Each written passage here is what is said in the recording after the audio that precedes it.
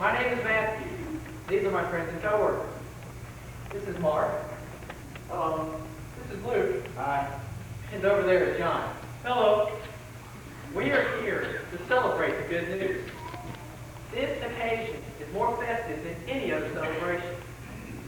We are here to celebrate life. Life with a capital L. The life. His life. Maybe we better explain what we mean. Let's show them what we mean. Yes, we'll show them what there is to celebrate. Listen, everyone, and we will tell you the truth. For you know he said, you shall know the truth, and the truth shall make you free.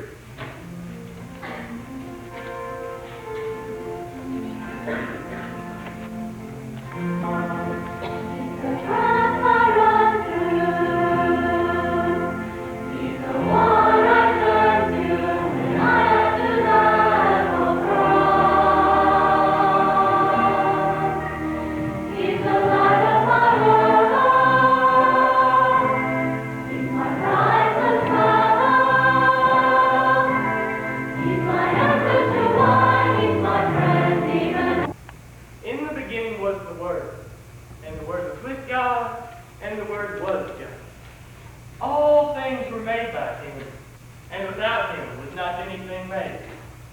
In him was life, and that life was the light of men. And the light shines in darkness, and the darkness can never conquer. God sent the word to a young woman who lived in a small village in Galilee. The girl's name was Mary. She was told in the vision that she was going to have a baby, and that baby was to be the Son of God. After the shepherds heard what the angel said, they forgot all about being afraid, and decided to go visit the baby right away. When they got there, they went in very quietly. The shepherds weren't the only ones excited about the birth of the baby. Wise men from the east arrived in Jerusalem asking, "Where is this child born to be King of the Jews? We observed the rising of his star, and we have come to pay him homage." These wise men were astrologers. Herod almost had a fit when he heard about these men looking for the King of the Jews. He called a meeting of all the chief priests and lawyers and asked them whether the king of the Messiah would be born. They all put their heads together and came up with Bethlehem as the birthplace. So Herod called the astrologers to him and said, "Let me know when you find this child so I can come worship too." He was a liar. The astrologers continued their search, following the star until they found the place where the child lay. When they entered the house, they saw the baby and his mother Mary, and they bowed down and gave him presents of gold, frankincense, and myrrh. Those were three funny men. At first, Mary and Joseph were shy about having such important people in the house, but the travelers soon put them at ease. After they had seen the baby, they went home a different way and left old Herod sitting on his throne. Smart men. Yes, sir, smart men. They were smart, and Herod was desperate. Rather than have a new king who would threaten him and his family, he decided to kill all the babies in the region. His scheme would have worked too, except Joseph was warned in a dream to take the baby and Mary to flee to Egypt. Eventually, Herod died, and Joseph brought his family back to Nazareth, where he set up a carpenter shop. Jesus grew in manhood, learning Joseph's trade. Years passed, and about the time Jesus was 30 years old, he was baptized by his cousin John.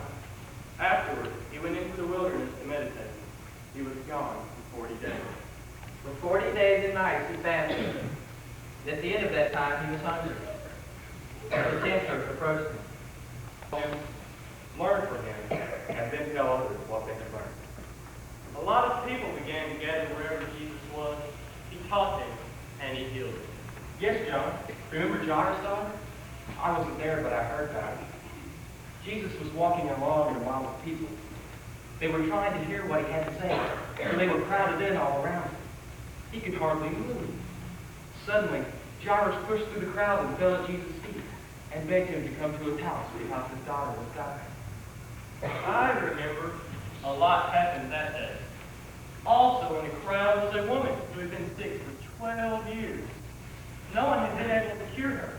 She had tried all kinds of remedies and gone to many doctors. One day she heard about Jesus, how he was a holy man who could and would heal people. That's about all she knew, but on the strength of that, she went there. When she got there, there were so many people crowded around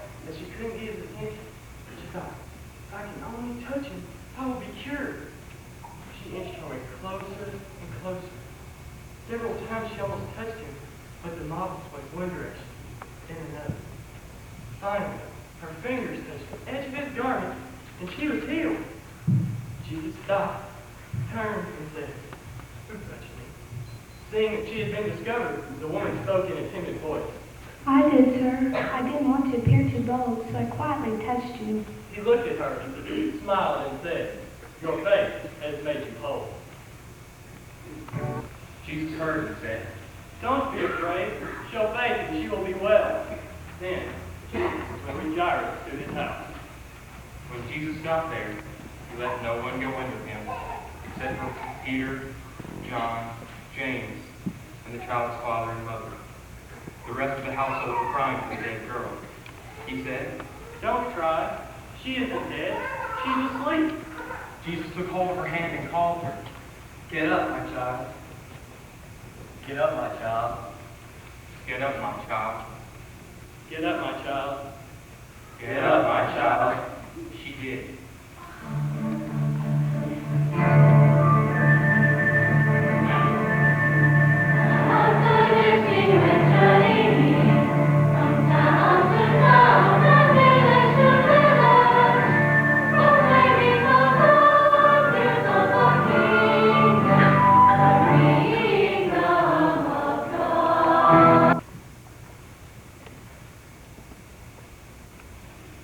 Blessed are the meek, for they shall inherit the earth. Blessed are they which do hunger and thirst after righteousness, for they shall be filled.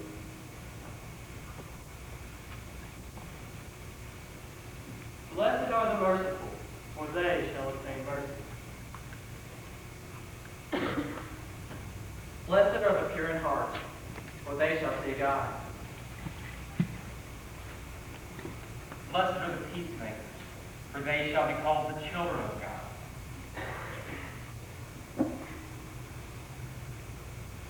Blessed are they which are persecuted for righteousness' sake, for theirs is the kingdom of heaven.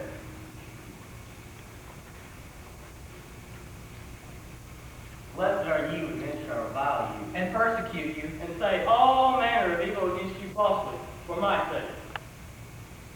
Rejoice and be exceeding glad, for great is your reward in heaven. for so persecuted they the prophets who were before you. and you taught us how to pray. Enter into thy closet, and when thou hast shut thy door, pray to thy Father. Right now, enter into your secret.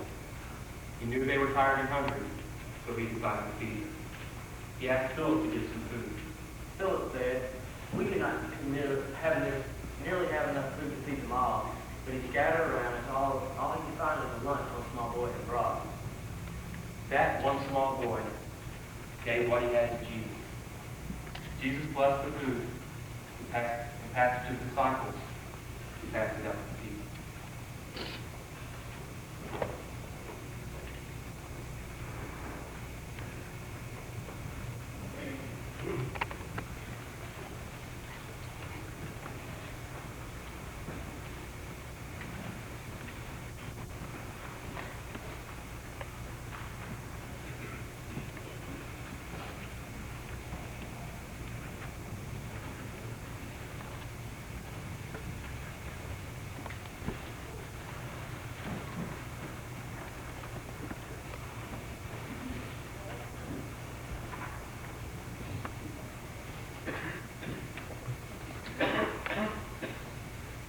There were 12 baskets of food left over.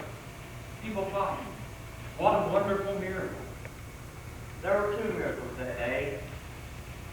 Feeding 5,000 was one, and a little boy hearing the teachings of Jesus, carrying enough to share with the other. The whole time Jesus was with us, he knew what we couldn't know. I'm speaking about his impending death. He told us about it several times, but it always seems to be some parable he was telling, or some far distant thing that could never frighten or threaten us. The time of the Passover was near. Jesus wanted all of us to celebrate it together. So we gathered for the last meal we were to have as a group.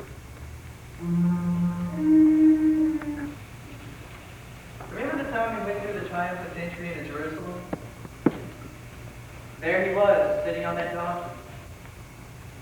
The crowds cheered and waved palm branches in front of him. And he looked like a king. Except, as I remember it now, he didn't wave or even smile to the crowd.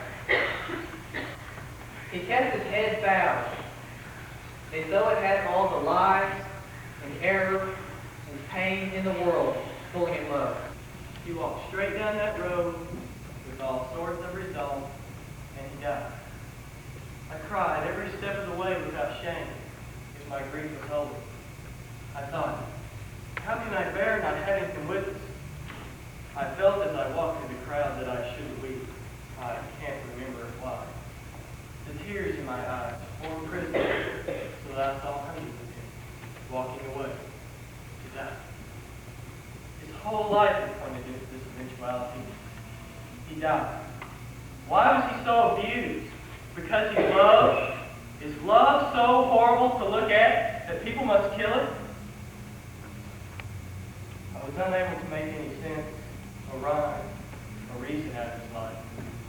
I wanted to end it all like Judas had done, but I was terrified. I was alone and frightened. We couldn't believe it. We were frightened. Our world crumbled and lay before us, pale, naked, and dead. Death was so real to us then, and we were so afraid. We were afraid that we might be killed too. After they were When they got there, The tomb was empty. A huge stone was rolled away, and the grave was empty. Mary Magdalene was still so wrapped up in her grief that all she could think was someone had stolen his body. Not only had he robbed the life of this man, now that he had robbed his grave. She stumbled into the garden, sobbing. Suddenly she saw someone. Mary, he said. She thought it must be the gardener. Please, please, if you know what they have done with his body, won't you please tell me? Mary, he said again, like he used to. Then she recognized him. Go tell them I'm alive. He is alive. He is alive. He is alive. He is alive. He is alive.